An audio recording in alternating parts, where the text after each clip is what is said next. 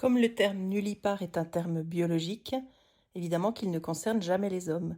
Les hommes n'ont pas de problème avec leur éventuelle nulliparité. Personne ne va leur demander pour quelles raisons ils n'ont pas d'enfants.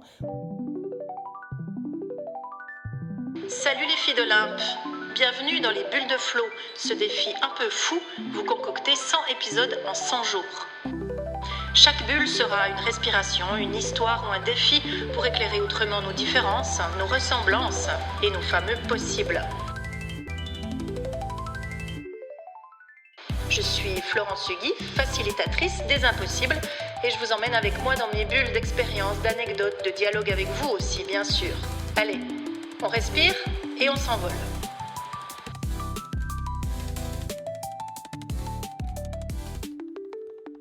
Comme le terme nullipare est un terme biologique, évidemment qu'il ne concerne jamais les hommes. Les hommes n'ont pas de problème avec leur éventuelle nulliparité. Personne ne va leur demander pour quelles raisons ils n'ont pas d'enfants, pour quelles raisons ils n'en ont pas fait, si le désir ne s'est pas manifesté ou comment les choses se sont emmanchées dans leur vie. Personne ne s'occupe de cette question. Au contraire, on sait très bien statistiquement qu'un homme qui a des enfants va vivre un boost de carrière alors qu'une femme qui va enfanter va plutôt avoir des conséquences négatives et des freins sur son chemin professionnel. C'est prouvé, c'est attesté, toutes les statistiques le montrent. La question du non-désir d'enfant semble être une question uniquement féminine, alors que bien évidemment qu'elle devrait concerner les hommes. Puisque certes, ils ne contribuent pas au fait que l'humanité continue d'exister, mais tout de même, ils y sont pour quelque chose. Et ce serait bien, un jour, de penser que la question de faire ou de ne pas faire des enfants n'est pas qu'une question de femmes. Dans cet épisode, je vais vous parler de mon parcours de vie et des quelques scènes dont je me souviens et qui marquent des empreintes autour de ce choix de ne jamais faire d'enfants. Ça a commencé quand j'avais, peut-être 2 ou 3 ans. Avec mon père et ma mère, nous allions beaucoup au terrain de foot du village parce que mon père faisait du foot. Et moi, j'étais là et je jouais avec tous les enfants qui étaient dans le coin parce qu'il y en avait plein. Il y a plein de familles qui étaient là le dimanche après-midi. Je me souviens surtout que ce que j'aimais faire, c'est prendre les un petit peu plus petits que moi. Je devais avoir 3 ans. Et je les alignais sur une seule ligne en leur donnant des ordres, un peu comme si j'étais leur maîtresse d'école. Et j'adorais faire ça. On m'a expliqué que c'était pas bien. C'était pas bien pourquoi? Parce qu'il y avait un côté attendrissant au fait que j'étais une future petite mère parfaite et que je m'occupais tellement bien des enfants, alors que ma mère à moi, elle n'était pas dupe. Elle savait que la seule chose qui m'intéressait dans cette activité, c'est que j'allais pouvoir leur donner des ordres, que j'allais pouvoir les soumettre et que j'allais faire la dictatrice. Et ça, par contre, j'adorais. Ce qui fait qu'au moment où il y en a un seul qui bougeait, ça se passait pas très très bien. Et ça, c'était vraiment pas très glorieux pour une petite fille de 3 ans qui promettait tellement en tant que mère de famille nombreuse. Et puis ensuite, j'ai eu une petite sœur. Ma petite sœur, elle est arrivée quand j'avais presque 6 ans. Donc j'avais eu l'habitude de vivre seule. Alors j'ai accueilli cette petite sœur avec plaisir. Je voyais pas pourquoi c'était un problème. J'avais pas complètement compris qu'elle allait rester là et que j'allais devoir vivre avec elle pendant plusieurs années. Mais au-delà de ce détail, franchement, c'était chouette d'avoir une sœur, j'étais contente. Mais il n'y a aucun moment, aucune minute où je me suis dit que j'allais pouvoir jouer à la petite maman avec elle. Donc le magnifique album de Martine qu'on m'avait bien sûr mis entre les mains, eh bien il y avait un volume qui s'appelait Martine Petite Maman.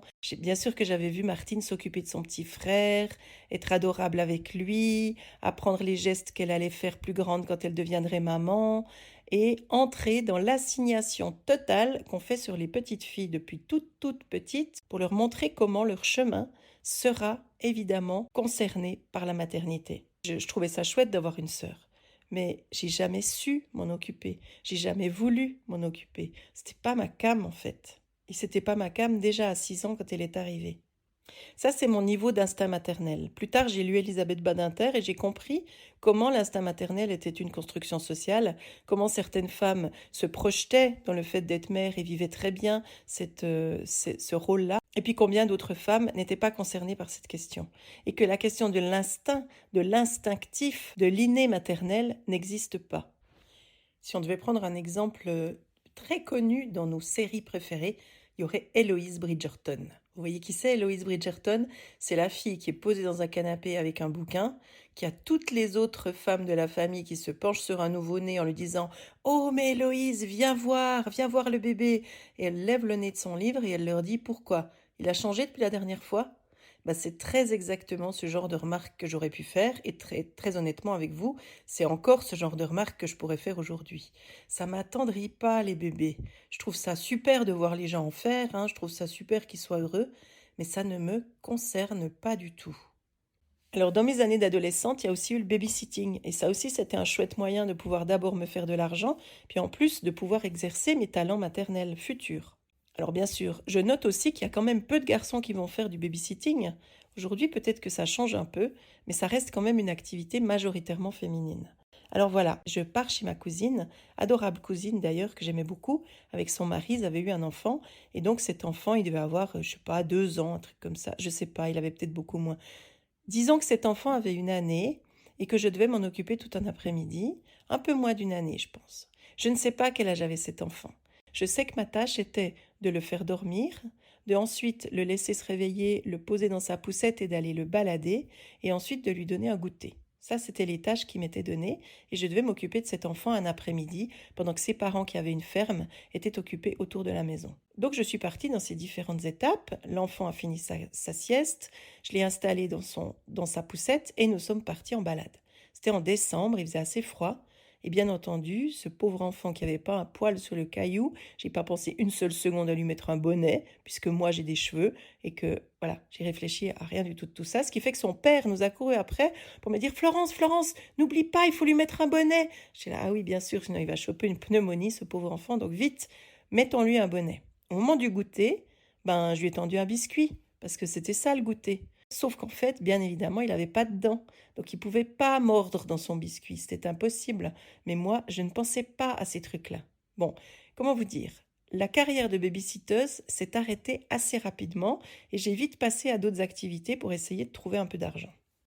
Je crois que cette aventure du babysitting, en plus de s'avorter très très rapidement, m'a aussi montré quelque chose de très clair. C'est que depuis toute petite, sans le savoir, et puis un petit peu plus en grandissant, je ne voulais pas savoir. Je ne voulais pas connaître ces trucs que toutes les femmes devaient savoir. Je ne voulais pas entrer dans ce rôle qu'on voulait absolument m'assigner. Je ne voulais pas de ça. Et donc je revendiquais le fait d'oublier le bonnet. Je revendiquais le fait de lui donner un biscuit entier sans même penser qu'il n'avait pas de dents pour le mâcher. Je revendiquais le fait d'être nulle dans ces activités-là parce que je ne voulais pas être avalée par ces activités. Je voulais autre chose dans ma vie. J'avais d'autres rêves. Quand on m'imaginait future maman et qu'on imaginait que j'allais épouser mon premier compagnon à l'âge de 16 ans ou 17 ans, moi, je rêvais que d'aller m'installer à Paris avec un panier et avec un chat. Allez savoir pourquoi, c'était mon rêve d'adolescence. Je rêvais d'une vie libre, je rêvais d'une vie sans attache, je rêvais d'une vie avec évidemment aucun enfant autour de moi. C'était très clair que dans ma vie projetée, il n'y avait jamais la place pour une famille. À aucun moment, je n'ai rêvé de ça. Ça n'a pas du tout fait partie de mes fantasmes à aucun moment de ma vie. Vraiment, jamais. Et d'ailleurs, il y a quelque chose d'assez étonnant, c'est que je rêvais par contre de me marier. J'avais envie de me marier parce que je trouvais les robes de mariée somptueusement belles et j'avais envie d'en porter une un jour. On m'avait expliqué que pour me marier, il fallait que je choisisse quelqu'un. Et évidemment que je choisisse un homme, hein. On était dans les années 80, les années 90, on choisissait des mecs, point à la ligne. Bon. Eh bien, tous les rêves que je faisais autour de cette fameuse journée où j'allais porter une robe de mariée, il y avait moi, il y avait évidemment un partenaire à côté de moi, mais ce partenaire n'avait pas de tête. J'arrivais pas à le visualiser. Je ne le voyais jamais complètement. C'était moi qui comptais. C'était ma robe. C'était la place que j'allais prendre. Non, mais c'était même pas ça. C'était juste le fait de porter cette fantastique robe un peu meringue comme ça. J'aimais bien celle-là. En tout cas, une chose est certaine, c'est que quand je me projetais dans ce moment du mariage où je porterais une robe, il n'a jamais été question pour moi d'imaginer ce qui allait se passer après, qu'il allait falloir se coltiner le mec au quotidien et que ensemble nous allions procréer. Ça faisait pas du tout partie des choses que je pouvais simplement envisager. Dans cette période d'adolescence et d'entrée dans l'âge adulte, j'ai bien sûr découvert comment on pouvait s'exercer à faire des enfants. J'ai jamais envisagé que l'exercice de faire des enfants pouvait aboutir au fait de réussir et qu'on pouvait faire des enfants pour de vrai. Alors, j'ai mis en place tous les moyens nécessaires pour ne pas en arriver là.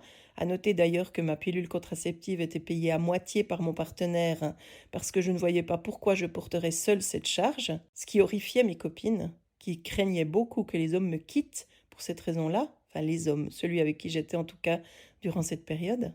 Il y a eu des moments de règles irrégulières, il y a eu des moments comme ça, bien sûr, dans ma vie, comme dans la vie de plein de femmes. Et ça a été à chaque fois une énorme panique qui se saisissait de moi à tous les âges de ma vie, tellement c'était inquiétant pour moi de devoir passer par la maternité. Il y avait quelque chose qui était plus qu'une impossibilité, c'était un danger. Il y avait pour moi une forme de danger et surtout une forme d'empêchement. C'est-à-dire que je ne voyais la maternité que comme un espace d'empêchement et en aucun cas comme un espace d'épanouissement, un espace d'amour, un espace de rencontre avec un nouvel être humain, un espace de communion avec la personne avec qui j'aurais fait cet enfant. Tout ça, ça m'échappait absolument totalement. Bien sûr que c'est lié à mon histoire, bien sûr que c'est lié au modèle que j'ai eu très certainement à la maison avant de pouvoir me projeter dans ma vie d'adulte, mais quand même, cette image d'Épinal, cette image d'Arlequin qu'on me faisait lire bien sûr, n'avait strictement rien à voir avec la manière dont je projetais ma propre vie. Ma propre vie, je l'ai toujours envisagée en liberté, seule, prête à faire les choix que je souhaitais faire quand je souhaitais les faire. Il n'a jamais été question que ces choix soient subordonnés à un partenaire ou à un enfant, à aucun moment. Tout ça s'est avéré aussi très intéressant au moment où j'ai plongé dans mon arbre généalogique et où je me suis rendu compte que les femmes qui m'inspiraient dans cet arbre étaient les femmes qui étaient restées célibataires, qui avaient fait le choix de vivre différemment à des époques où ça ne se faisait absolument pas et qui donc n'avaient pas eu d'enfants ou n'avaient pas fait ce choix. Elles étaient là, elles étaient dans mon arbre, elles me regardaient peut-être eux-mêmes et je me souviens que la première fierté que j'ai ressentie par rapport à mon histoire de famille, ça a été pour elles, ça a été pour leur parcours. Ça a été pour leur combat aussi, et ça a été aussi pour cette arrière-grand-mère qui visiblement aurait voulu pouvoir être beaucoup plus libre, qui finalement était devenue sage-femme parce qu'elle ne pouvait pas faire médecine, puisque la médecine était interdite aux femmes. Cette aïeule-là, j'aimerais un jour aller à sa rencontre de manière plus conséquente, parce que je crois qu'elle ne m'a pas encore livré tous les messages qu'elle pourrait me donner. Au fond, à toutes les époques de ma vie et à tous les moments où j'ai été en construction de moi-même, il y avait ce fil rouge qui apparaissait assez doucement au départ et de plus en plus clairement. Non, je n'aurai pas d'enfant, mais oui, je m'accorderai une vie de liberté et une vie de choix personnel exactement comme j'en aurai envie, au moment où j'en aurai envie. C'est ce que j'essaye de faire, c'est ce que j'essaye de mettre en place dans mon histoire de vie, avec quelques contraintes, avec quelques passages assez compliqués, parce que ce choix de ne pas avoir d'enfant qui n'a jamais été remis en question à aucun moment et dont je ne souffre d'aucun regret, il a quand même été subordonné aussi au fait que d'autres problèmes, d'autres difficultés sont apparus dans mon chemin, comme s'il fallait encore que je me relie à ma généalogie ou que je sois un tout petit peu loyale à ce qui était attendu de moi à un moment donné. Alors, pour terminer cet épisode, avant de vous donner la suite et avant de revenir sur cette nulliparité sous un autre angle encore, je vous propose un petit détour en vous invitant à penser à l'enfant que vous étiez. Qu'est-ce qui était pour vous évident autour de votre parcours de vie ? Qu'est-ce qui était refusé, clairement, que vous ne vouliez pas avoir dans votre vie, que vous ne souhaitiez pas croiser à un moment ou à un autre de votre parcours? Est-ce qu'il y a eu des envies très fortes qui se sont manifestées, puis que vous avez peut-être mises en œuvre, ou peut-être pas encore, et ça pourrait être le moment de les réanimer? Est-ce qu'il n'y a pas dans toutes ces petites traces, dans ce qu'on appellerait des fines traces en pratique narrative, des pistes qui pourraient un jour être réveillées pour aller dans la direction qui serait peut-être encore plus juste pour vous et pour votre vie? Vous le savez, je vous le dis à la fin de chaque épisode depuis un moment, on ne naît pas libre, mais on le devient, à coups de mots, à coups d'actes et à coups d'audace. Alors, je vous remercie de m'avoir écouté jusqu'au bout et je vous donne rendez-vous demain pour un 3e épisode autour de la nulliparité où on parlera encore d'autres choses autour de cette question, peut-être de l'ordre de la transmission et peut-être de l'ordre du politique ou de qu'est-ce qu'on pourrait faire de tout ça ensemble si jamais par hasard l'idée me venait de vous proposer une activité. Merci de m'avoir écouté jusqu'au bout et à demain pour la prochaine bulle.